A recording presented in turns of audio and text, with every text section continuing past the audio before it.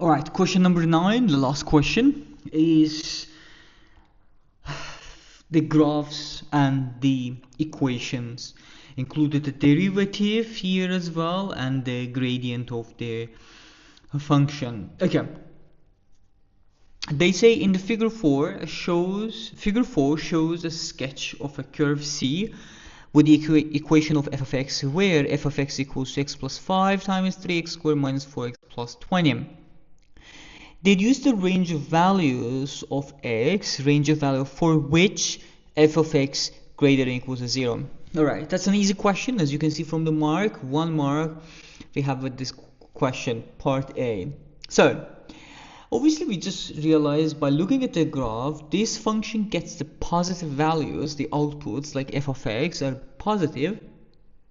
It's a positive one. Starting from this x value, whatever this is, so all the way to the positive infinity. Let me show it one more with a laser. The function is positive, it's greater than 0. As you can see, every output here or and on is positive. Okay, so all we need to find what is this x intersection, and taking x bigger than or equals to this value, because they say equals to 0 also, gonna give us the answer for this. Okay, so how do we find the intersection with the x-axis? We need to take the function, which is x plus 5 and 3x squared minus 4x plus 20, and equalize it to 0, because when y is 0 there's an x intersection, and this gives us it is either x plus 5 is 0 or 3x squared minus 4x plus 20 is 0. So if you look at the discriminant of this equation, the second one, 3x squared minus 4x plus 20, you will see this is actually never can be a 0. So only the one that's left, it's x plus 5 is 0. That gives us x is equals to negative 5. That's the only intersection over here we have. So I can say the answer is, as long as x is greater than or equals to negative 5, this function is going to be greater than or equals to 0. The next part of this question, 3 marks, tells us to find the derivative of the f of x. So all we have to do first is to find the simplest form for the f of x. All I need to do, expand this bracket, it's going to be 3x cubed minus 4x squared plus 20x plus 15x squared minus 20x and plus 100. So let's simplify this. 3x cubed, what's going to be plus 11x squared, 20x is simplified, plus 100.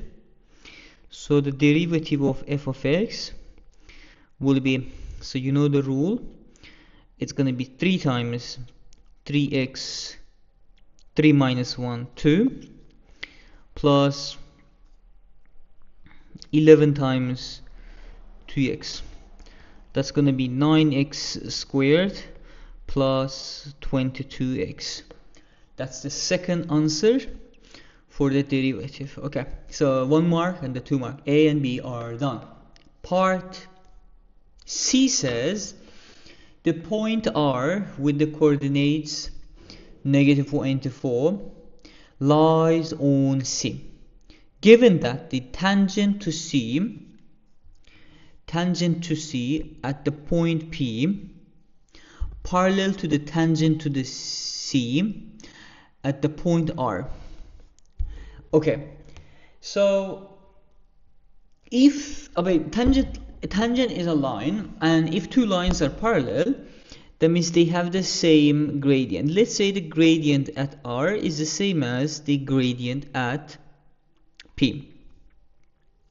We can easily find the gradient of this function at R because the coordinates of R is given, like x coordinate is given. I'm going to say the first derivative at -4, we found the first derivative over there as 9 multiplied by -4 squared plus 22 times -4.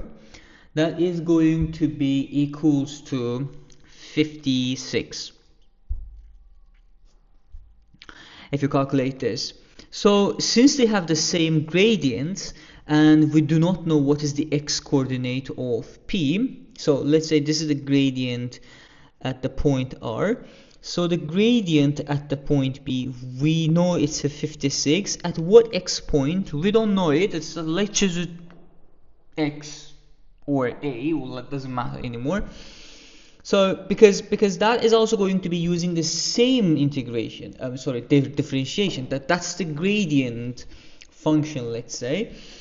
And whatever the x is, you're gonna be putting it instead of x in this function, and that's gonna be equal to 56 because they are parallel. Okay. So all we have to do here is simply just equalize this to the 9x squared plus 22x. So all we have to do that, okay? So then we need to solve this equation for x's, and then I'm going to be taking one of the x's because the other x is going to be -4. All right, let's see that.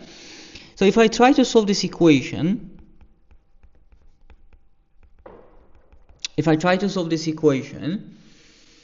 and I'm expecting that I'm going to have 9x, and I don't know what to write the other part for now, and x plus 4. Why I'm saying x plus 4 is because the -4 must be one of the solution of this, because we know that the gradients are same at this point and at another point I'm going to be finding.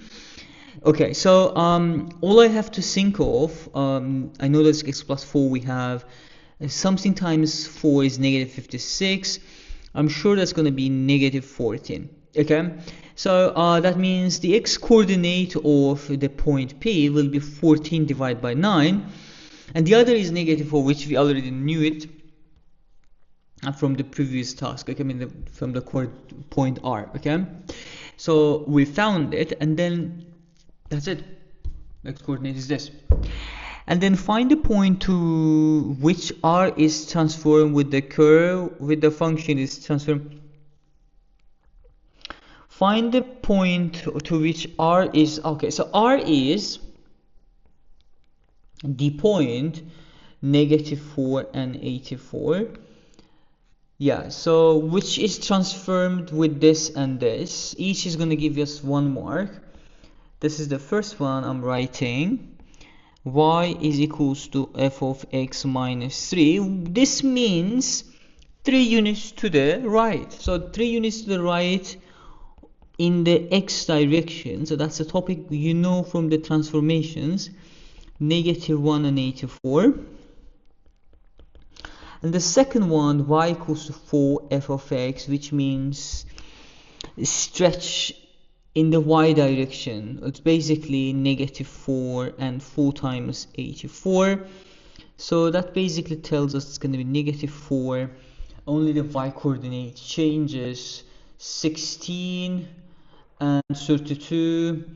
Alright, 63. I'm going to double check this with the calculator as well. 36. No, that's 84. 84 multiplied by 4. Yes, that's right, that's end.